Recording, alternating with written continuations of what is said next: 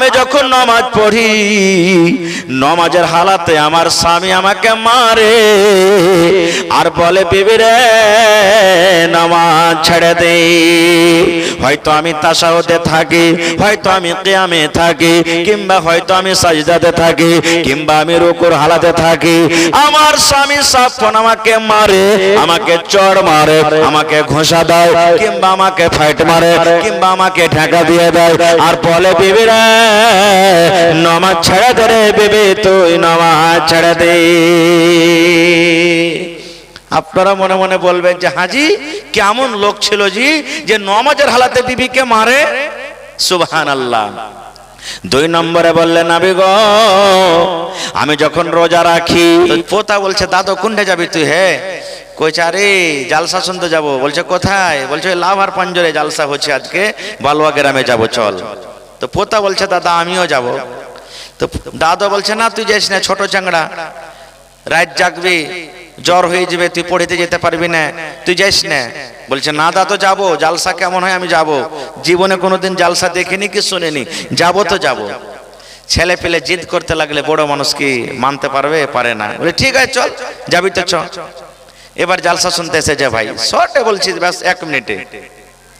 গোটা রাত মাওলানারা ওয়াজ করেছেন, বক্তব্যের মাঝে মাওলানা ওয়াজ করেছেন। দেখেন ভাই, পুরুষের পর্দা হলো এই হাঁটু থেকে নিয়ে নাভি পর্যন্ত, লাহি পর্যন্ত যাকে আমরা বলি, এখানটা ঢেকে থাকতে হবে।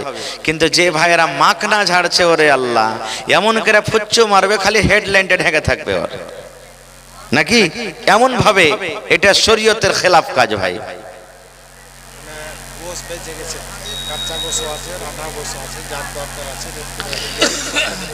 আহা আচ্ছা, গোশ বেঁচে গেছে, রান্না আর কাঁচা গোশ যার দরকার আছে ভাই হোটেলে যোগাযোগ করে আপনারা নিতে পারেন। খারজা হোক। তো মাওলানা ওয়াজ করলেন হাঁটু থেকে নিয়ে নাভি পর্যন্ত, এটা ঢাকার জায়গা। আর মহিলার পর্দা মাথার চাঁদি থেকে নিয়ে পার তেলা পর্যন্ত। পানি ফাটাইতে হবে না, পানি তো যদি আপনি যান তা কাপড় পিন্দে পানি পার করতে হবে। ইসরায়েলের বাড়ি এলে এই দেখেন দান আসতে শুরু হয়ে গেছে, ইনশাআল্লাহ আসবে, আমি পরে দোয়া করছি। এবারে হাঁটতে হাঁটতে সকালবেলাতে দুদাতো পদা বাড়ি যাবেন, সামনে কিন্তু একটা ঘাট নদী পড়ছে। আপনার কাছে যেমন খাল বিল আঞ্জর পাঞ্জরে অনেক, এখন পুল হয়ে গেছে, রাস্তা পথে পুল। তখন পানি টপকে টপকে আপনারা কত লাভ হয়েছেন নাকি, কত পার করেছেন পানি। এখন আল্লাহর রহমতে যেখানে সেখানে ব্রিজ পুল হয়ে গেছে। তো পোতা পিছনে পিছনে হাঁটছে, দাদু আগে আগে। পোতা মনে মনে বলছে যে মাওলানা তো ওয়াজ করেছে যে পানিও উলঙ্গ হয়ে পার করতে হবে না, পানি ফাটাইতে হবে না, মানে ল্যাংটা পার হইতে হবে না, কোনো কাপড় চোপড় পিন্ধা পার হইতে হবে। আর মোটামুটি 1 কোমর পানি আছে, দাদু কেমন করে পার করবে রে, ঠান্ডার সময় গামছা টামছা কিচ্ছু নেই, একটা লুঙ্গি পিন্ধা আছে। দেখছি দাদু কেমন করে পার করছে, দাদু আগে পার করুক, তা আমি পরে পার করব। ভাই দাদু নেমেছে পানিতে, পোতা কিন্তু দাঁড় হয়ে আছে। যেমন যেমন যেমন পানিতে দাদু যায়, পানি উপরে উঠে, তেমন দাদুর লুঙ্গিও উপর দিকে উঠে যায়। আল্লাহুস সামাদ। দাদু তো গোটে পানি ফাটিয়া পার হয়ে গেল। ও পারে যাওয়ার পর তখন পিছন দিকে ঘুরে দেখছে তোর পোতা খাড়িয়ে আছে। বলছে হাবে তুই বাড়ি যাবি না? কইছে যাবো। তো বলছে তুই ওইখানে কি করছিস, নদী পার হ না ঘাট পার হ।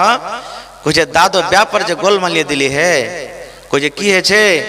বলছে মৌলানা যে রাতে ওয়াজ করলে পানি ফাটাইতে হবে না, তুই যে গোটে পানিকে ফাটিয়ে দিলি। তুই জালসাকে ওয়াজকে তুই বেঁধে এনেছিস নাকি? হ্যাঁ। দাদু পানি পার করার পর হাত খানটাকে ধরে টানতে টানতে টানতে জালসার মাহফিলে এসে বলছে কোন জায়গায় বসেছিলি? বলছে দাদু খুঁটির পাঞ্জরে বসেছিল। লুঙ্গি খুলে ঝাড়। ছোট চাংড়া জালসা বেঁধে লেগেছে, 40 বছর থেকে জালসা শুনছি, জীবনে কোনোদিন বেঁধে লিয়ে যায়নি, আর একদিন জালসা শুনতে এসেও জালসা বেঁধে লিয়ে যাবে। লুঙ্গি খুলে ঝেড়ে ঝুড়ে যা শুনে চলো ভাই, বেঁধে চলো। এবার দুদাদো পোতা আবার পানি ফাটিয়ে চলে গেল। বলার উদ্দেশ্য এই নিয়াতে যদি জালসা মানুষেরা শুনে বা আপনারা এসে থাকেন শুনতে, জীবনে কাজ দিবে? জালসা শুনে কোনো লাভ হবে? জোরে বলেন হবে? কোনোদিন লাভ হবে না। ভাই জালসা শুনতে এসেছেন, কষ্ট করে এসেছেন, রাত জাগছেন। আল্লাহ তাবারাক ওয়া তাআলা কোরআনে বলছেন আমি রাতটাকে আমি আরামের জন্য করেছি, কিন্তু আপনারা আরামকে হারাম করে নেকি মনে করে আল্লাহ আল্লাহ রাসূলকে রাজি করার জন্য 2টা হরফ শুনতে এসেছেন। তা আল্লাহকে বলেন হে আল্লাহ আমি শুনতে এসেছি, যা শুনবো আল্লাহ তুমি আমাকে শক্তি দান করো, আমি শক্তি হিসাবে যেন তার প্রতি আমল করতে পারি, তার জন্য আল্লাহ তৌফিক দেন। পড়ুন আল্লাহুম্মা আমিন। সাহাবায়ে কেরাম জানেন আল্লাহুস সামাদ যখন কোরআন হাদিসের কোনো কথা শুনতেন অমনি ভাবে মানতেন, মনে হয় শুনতে শুনতে মেনে নিতেন, আমল করতেন। যেমন আপনারা দেখবেন বাঘ মানুষকে দেখলে গেলে যেমন লাফিয়ে পড়ে, চিল যেমন মুরগির বাচ্চাকে দেখতে গেলে লাফিয়ে উঠিয়ে নেয়, এরকম মতন সাহাবায়ে কেরাম আমল করতেন। এর প্রমাণ কি? একটা হাদিস এসেছে, আল্লাহ রাসূল সাল্লাল্লাহু আলাইহি সাল্লামের জামানাতে যখন মদ শরাব হারাম হয়নি, এই যে শরাব মদ মানুষরা পান করে হারাম হয়নি, তখন হালাল ছিল। আর তখন ওই জামানাতে এটা মেন নাস্তা ছিল। আজকে আমাদের বাড়িতে কুটুম আসে তো আমরা কি করি? নাস্তা দিই, ঠান্ডা দিই, শরবত দিই, বিভিন্ন রকমের খাবার দিই। ওই টাইমে পার্টি চলছিল। কার বাড়িতে? হযরত আবু তালহা রাদিয়াল্লাহু তাআলা আনহুর বাড়িতে জাস্ট চলছিল পার্টি, চলছিল পার্টি। কিসের? এই মদের, শরাবের। গিলাসে করে মদ পান করছে, শরাব পান করছে। তখন কিন্তু শরাব হারাম হয়নি। এইবারে আনাস বিন মালিক রাদিয়াল্লাহু তাআলা আনহু একটা বাচ্চা ছেলে, 7-8 বছরকার 10 বছরকার ছেলে, বলছে আমি গিলাসে করে ঢেলে ঢেলে ঢেলে ঢেলে ঢেলে সবাইকে দিচ্ছি, সবকে দিচ্ছি। ইতিমধ্যে একজন এলান করনেওয়ালা আল্লাহ নবীর একজন সাহাবী মদিনার গলিতে গলিতে হাঁটছেন, এলান করছেন কি? ইন্নাল খামরা কাদ হুররিমাত, ইন্নাল খামরা কাদ হুররিমাত, ইন্নাল খামরা কাদ হুররিমাত। এর মানে কি হলো? আজ থেকে শরাব হারাম হয়ে গেল, আজ থেকে শরাব হারাম হয়ে গেল, আজ থেকে শরাব হারাম হয়ে গেল। এলান করছেন আর চলে যাচ্ছেন। আবু তালহা বলছেন ওর কাট বেটাকে, আনাস বিন মালিক কে, যে আনাস দেখো তো বাবা কে এলানটা করছে। দেখছে তো এটা আল্লাহ রাসূলের সাহাবী। এবার সাহাবী দেখেন, ওরে আল্লাহ, সুবহানাল্লাহ। রে মুসলমান, সাহাবায়ে কেরাম যখন শুনলেন নবীজির এলান করনেওয়ালা এলান করছেন আজ থেকে মদ হারাম হয়ে গেল রে, আজ থেকে শরাব হারাম হয়ে গেল। ওরে সুবহানাল্লাহ। যে সাহাবীর হাতে গিলাস ছিল গিলাসটাকে টেনে ফেলে দিলেন, এবং যার মুখের ভিতরে চলে গেছিল আল্লাহুস সামাদ কুলি করে ফিরে দিলেন।